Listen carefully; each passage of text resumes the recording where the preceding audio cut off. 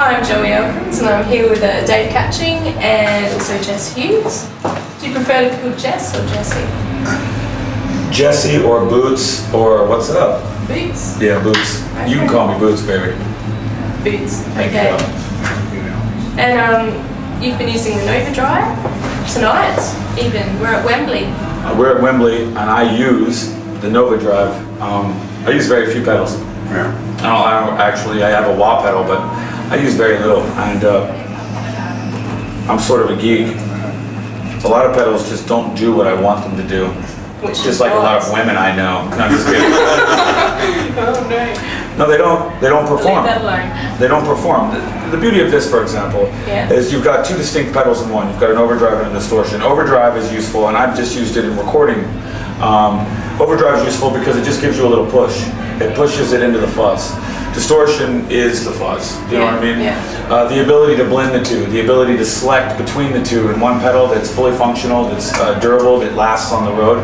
That's the only thing you really want. You know what I mean? And when you're like bidding on eBay for $5,500 Big Muff pedals, vintage. Hi. Who cares about that? Interview going on. It's okay, it's real.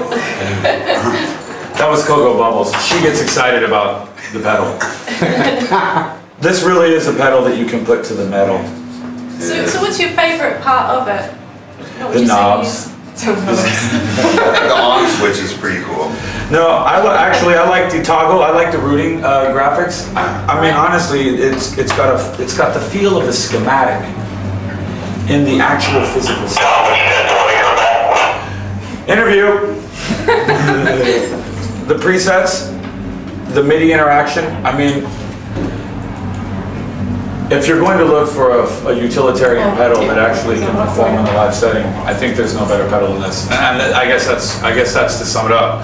You can use this in the studio, you can use this on your laptop, and you can use it on stage, and it performs at every level. That's a rare thing.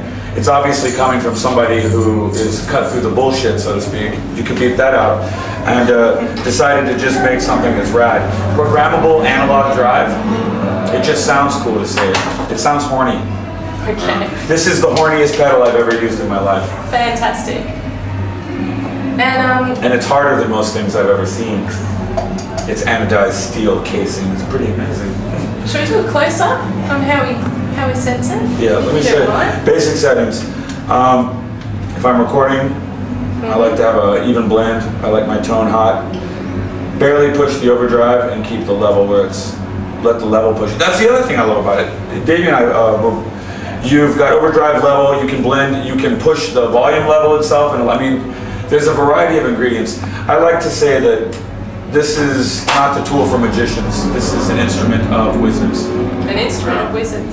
I like that. An instrument of wizardry. Yes, you can. can. We quote you? You bet you can, darling. Fantastic.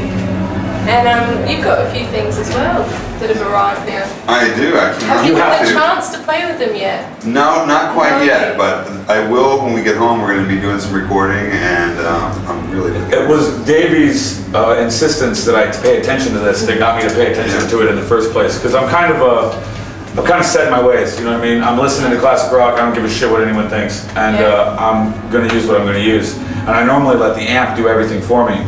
Davey was like, dude, you need to give this a look. And I'm like, okay.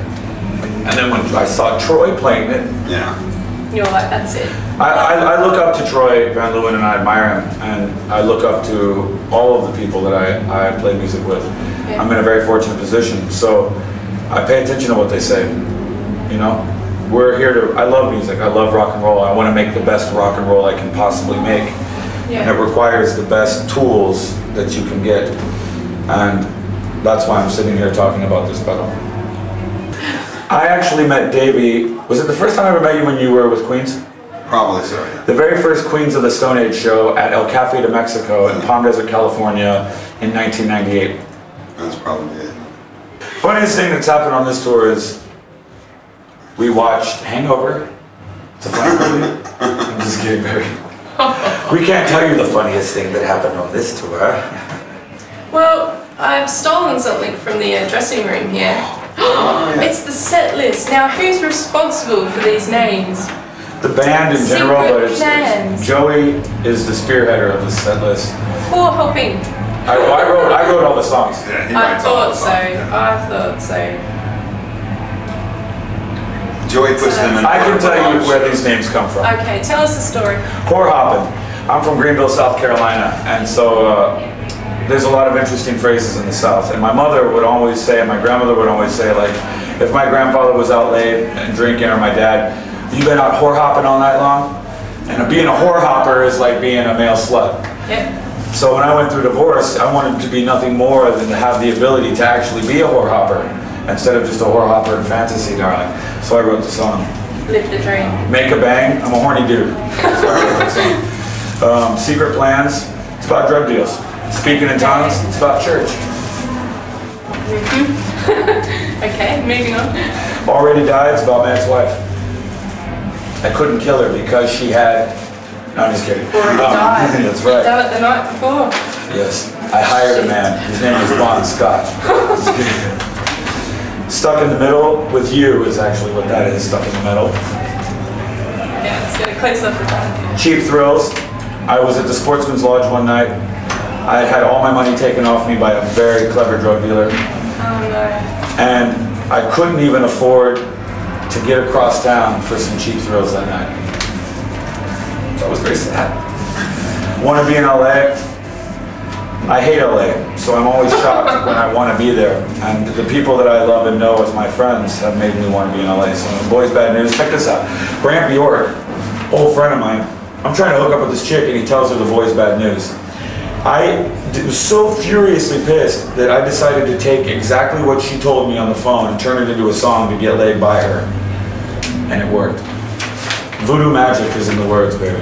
Nice one. And the voodoo magic is revealed to the ears by such things as petals like these. That's correct. What do you guys put on when you go home and you want to get inspired by music? What's the first Thing I put on? tune you put on? I put on this dress that my mother had when she was 19. I'm just kidding.